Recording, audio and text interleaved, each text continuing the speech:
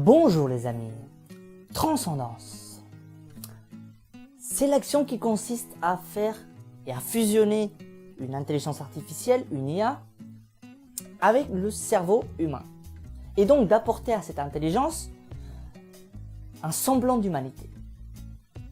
Voilà ce que c'est d'après ce que j'ai pu comprendre. Évidemment, je ne suis pas un grand scientifique, ni prétends être calé sur le sujet, mais je suis sûr que les puristes se feront un plaisir de m'éclaircir dans les commentaires. En tout cas, voilà un petit peu le délire de la transcendance.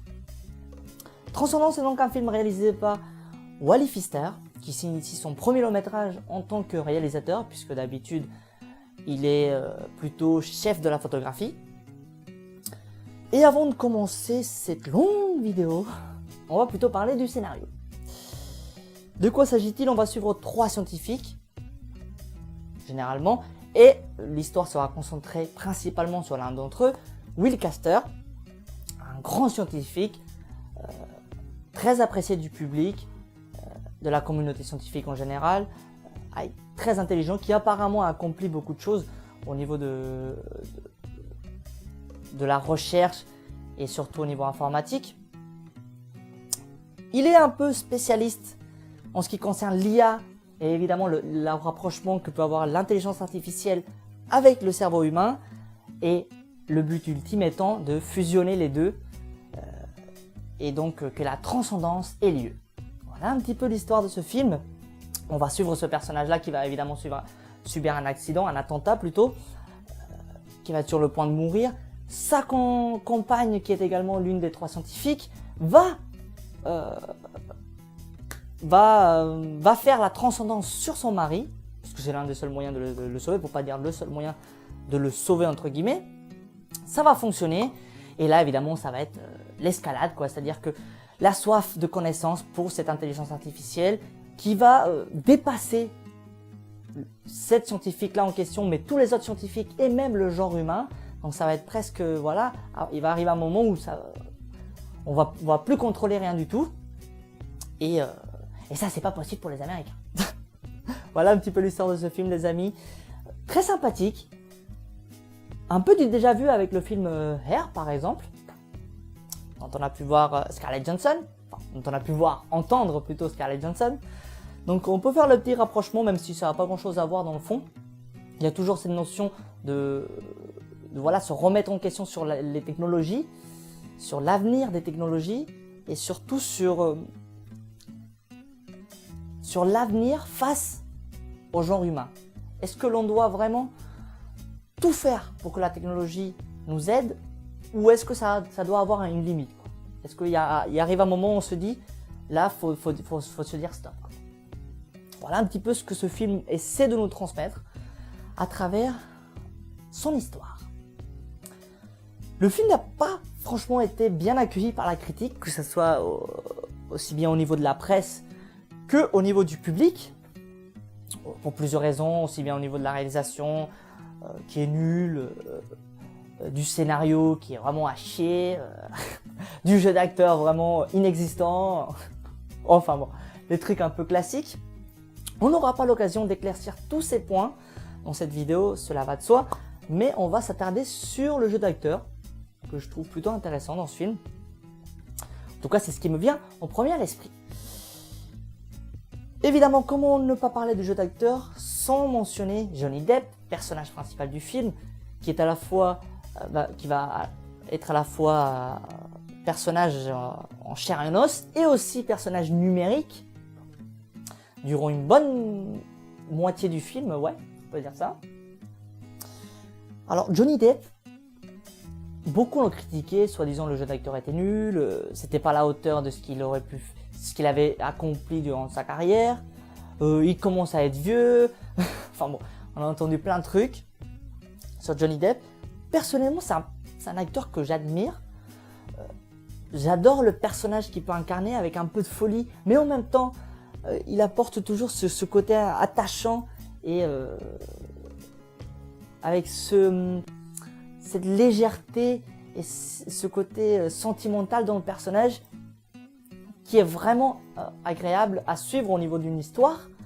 Et là, faut quand même l'avouer, c'est plat par rapport à ça. Il y a rien de tout ça. C'est-à-dire que on a affaire à un personnage qui est plat, aussi bien lorsqu'il est en tant qu'acteur en chair et en os, quoi, que lorsqu'il joue l'intelligence artificielle. Donc lorsqu'on le voit à l'écran, quoi. Mais personnellement, ça m'a pas gêné. Et j'ai trouvé ça même tout à fait justifié. Donc c'est un parti pris au niveau du réalisateur. Déjà, éclaircissons le point et le fait de dire que l'acteur est nul, il a très mal joué dans ce film. Déjà, c'est pas la faute de l'acteur, je veux dire. Il y a des gens qui comprennent toujours pas ça. C'est que c'est pas l'acteur qui décide. C'est-à-dire que l'acteur il joue, c'est au réalisateur de lui dire, écoute mon petit Johnny, cette scène était nulle. Donc on va la refaire, et tu vas la refaire de telle ou telle façon. Et Johnny, il va la refaire comme le réalisateur lui a dit. Mais si le réalisateur lui dit rien, Johnny va continuer à faire la même. Vous voyez ce que je veux dire? Donc c'est au réalisateur de voir qu'une scène est mal jouée, ou en tout cas qui n'est pas jouée de la façon dont elle devrait être jouée, et de lui dire stop, on la refait. C'est pas à l'acteur de dire écoute mon coco, je crois qu'en fait je devrais la refaire parce que je l'ai pas très bien senti celle-là. Vous voyez ce que je veux dire? C'est nul de critiquer l'acteur sur le jeu d'acteur.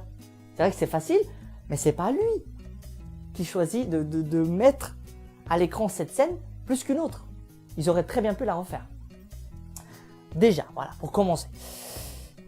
Mais en plus de ça, je trouve que là, en plus d'être un parti pris, je pense que clairement, voilà, le réalisateur a voulu que ça soit comme ça, au niveau en tout cas du personnage qu'incarne Johnny Depp.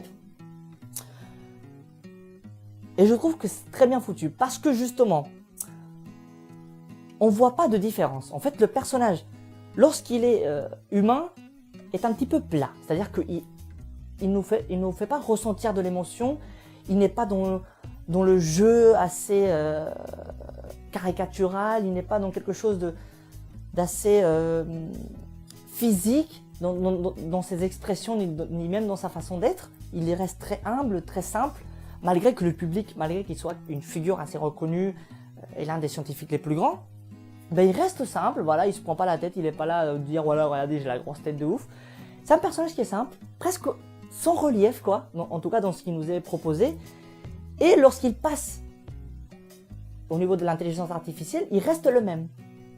Et c'est exactement, en tout cas à mon sens, ce qu'il fallait faire. Parce que justement, pendant la majorité du film, les personnages sont là en train de se dire, est-ce que c'est vraiment Will Caster, quoi? Est-ce que c'est vraiment, il s'appelle Will, non? Ouais. Est-ce que c'est vraiment Will Caster, le scientifique qu'on connaît, ou est-ce que c'est la machine qui a pris le dessus sur le scientifique? Vous voyez?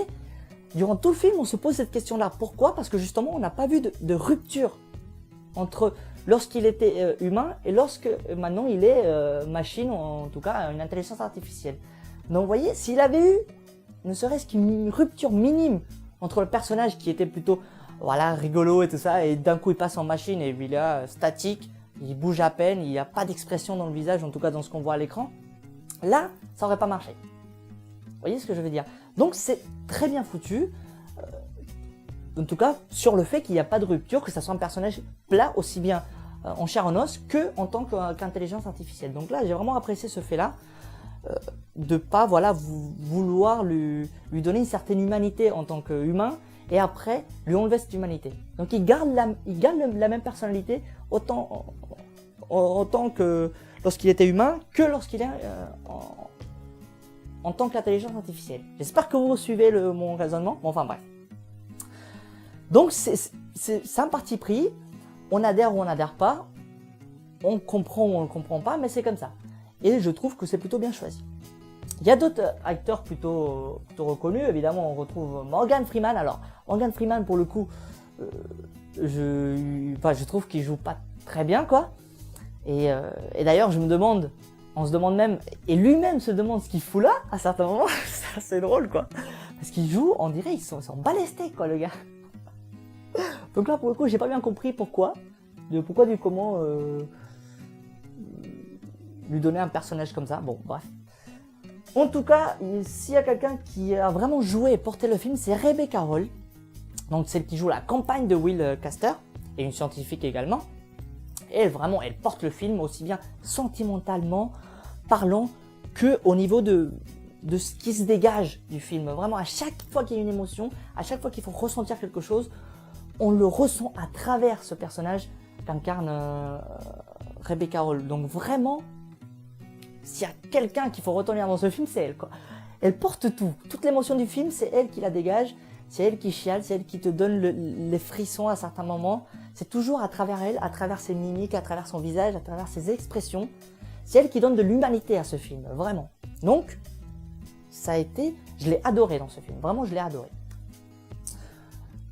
Voilà les amis, un film que je vous conseille largement d'aller voir. Je suis sûr que vous passerez quand même un bon moment. C'est un film qui est calme, voilà, qui installe une certaine ambiance. Du début jusqu'à la fin, même dans les phases d'action, ça reste vraiment avec une poésie, avec quelque chose d'assez zen, quoi, qui contribue à l'émotion qu'on peut avoir et à l'empathie qu'on peut avoir pour les personnages. Donc c'est encore une fois bien choisi. Et au niveau visuel, il n'y a rien à dire, on ressent vraiment le travail du réalisateur au niveau de ce film. Voilà, Transcendance, je vous conseille d'aller le voir, vous allez passer un très bon moment. D'ici là, moi je vous dis salut et à la prochaine.